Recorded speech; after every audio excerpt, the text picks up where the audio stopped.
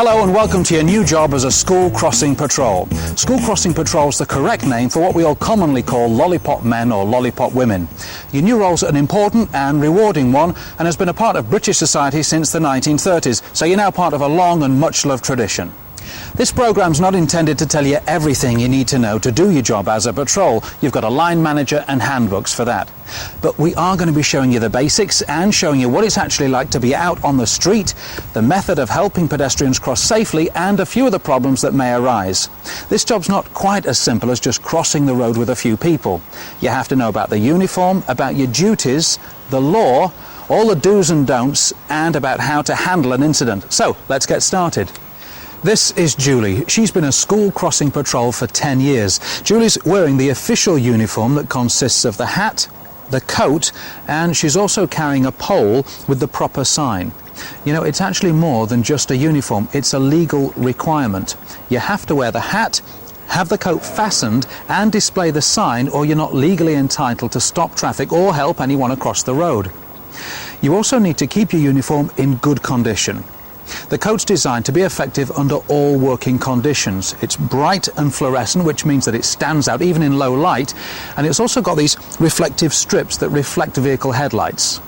The sign combines the fluorescent and reflective elements in a more complex but no less effective way. You must keep your coat and sign clean, as they're ineffective if they're dirty, and you must also store them out of direct sunlight, as the fluorescent material will fade. Julie, what do you do with your uniform? I keep it hung up in a cupboard at home and always make sure it's clean before I use it. Perfect. It is important that you look smart and professional, and that you must only use your uniform when you're on duty. Remember, you're on your feet for long periods, and as you can see, Julie's wearing sensible footwear. The next thing is to remember you're now representing your local authority. You must be polite, not just to motorists who stop for you, but also to the general public. You must be punctual and not leave before your duty ends. While in uniform, the following are not allowed: smoking, drinking, using your mobile phone, or listening to a personal stereo. You also need both hands free, so no bags or umbrellas either. And you mustn't be accompanied at work by other people or pets. Now you're ready for work, so let's look at your duties when you arrive at your site. Some sites have flashing amber warning lights which may be manually operated, or they turn on automatically.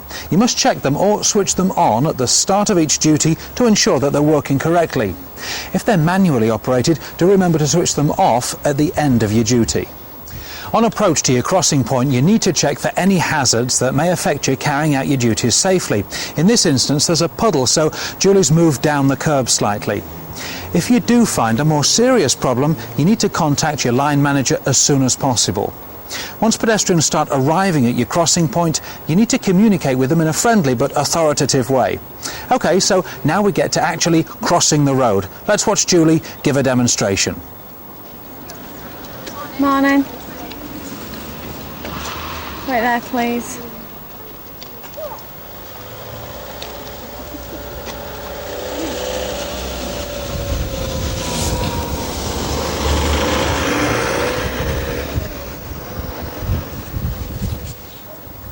Okay, you can cross now. Right. Okay. Okay. See you later. So it looks simple, but if we watch again in slow motion, we can break down everything she did. While Julie's waiting for pedestrians to arrive, she's standing back from the curb with her sign held head down. As pedestrians are approaching, Julie takes up a position at the curb with her sign held horizontally. Julie looks both ways along the road until there's a suitable gap in the traffic. Once a suitable gap's identified, Julie holds the sign upright and out. Julie then checks that the traffic in both directions has stopped before she steps out into the road. Julie tells the pedestrians to wait and holds the sign high as she walks into the centre of the road. When she's positioned in the centre of the road with one arm outstretched and the sign raised vertically, and all the traffic has stopped, she tells the pedestrians to cross. As they cross, she makes sure they all cross in front of her. This is very important. Julie waits until all the pedestrians are safely on the other side of the road before returning to the curb, keeping her sign upright and thanking the waiting motorists as she goes. So that's how you do it. Now let's have a look at why you do it that way. Standing back from the curb and holding the sign upside down lets motorists know that she does not intend to cross. Standing at the curb and holding the sign horizontally warns motorists that she will be crossing soon and also acts as a barrier to keep pedestrians behind her. By displaying the sign clearly, the patrol is requiring traffic to stop. Taking up a position in the middle of the road with your arms outstretched gives you the best view of the traffic and gives drivers the best view of you. Julie checks to see if it's safe before asking pedestrians to cross. Telling the pedestrians when to cross in a clear and friendly way helps to avoid confusion, and waiting for them to reach the opposite pavement ensures everyone's safety. Notice how Julie returns to the curb with her sign held upright and ensures the motorists remain stationary until she reaches the footpath. Julie also thanks the waiting motorists while doing so. And that's essentially all there is to it. We've shown you it 3 times so that we can really emphasise the procedure. It's important that you understand that it's a procedure that's been practised and improved for years, and if you follow it to the letter, then there's very little chance that anything will go wrong. We'll now see other patrols working on different types of crossing. If there's a light controlled crossing at your patrol point, such as a pelican or a puffin, then use it in the same way as you would when you're not on duty. Press the wait button. Stopped. Tell the pedestrians to wait at the curb for you. Display your sign clearly and walk to the middle of the road before telling the pedestrians to cross. Don't allow any approaching pedestrians to start crossing when the green man's flashing. How are we all today? Here we see Andy crossing a group at a road with a central refuge. You may need to cross children at central refuges or traffic islands. Cross the pedestrians from one side of the road to the central refuge, and as they cross, tell them firmly but politely to wait for you on the central refuge. Then repeat the procedure from the central refuge to the other side. If there are more people wanting to cross than you can safely hold on the central refuge, then cross them in small groups. Now we'll see how 2 patrols work together.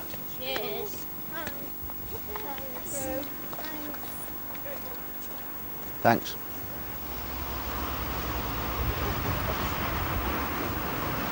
Now don't worry if this all seems a lot to remember at this stage. During your training, your line manager will be happy to talk you through any specific issues that may occur at your crossing point. As you've seen, we've been making this programme in good weather conditions, but unfortunately this won't always be the case when you're working. You will find times like this when you need to work in rain. Sometimes there'll be fog or snow, and sometimes you'll need to work when it's getting dark. Although these conditions shouldn't affect the way you work, they will have an effect on motorists using the site, which in turn will affect you. Think about how you appear to a motorist when it's foggy, for instance. Because of the reduced visibility, they won't be able to see you from as far away as normal. So you need to make sure you give drivers as much notice as possible of your intentions to allow them time to react.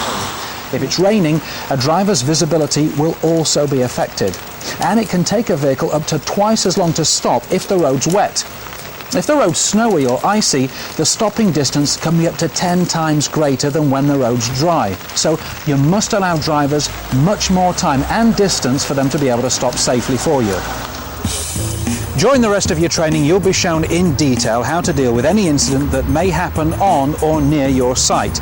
These could include motorists failing to stop or a collision. The important thing to remember is to remain calm at all times. Stay alert, and most of all, remember that your primary responsibility is to the pedestrians in your charge. What we've shown you today are just the basics of doing your new job, a job which puts you at the heart of your community and makes you a friendly and familiar face to hundreds of grateful pedestrians. Welcome to the School Crossing Patrol Service, and good luck!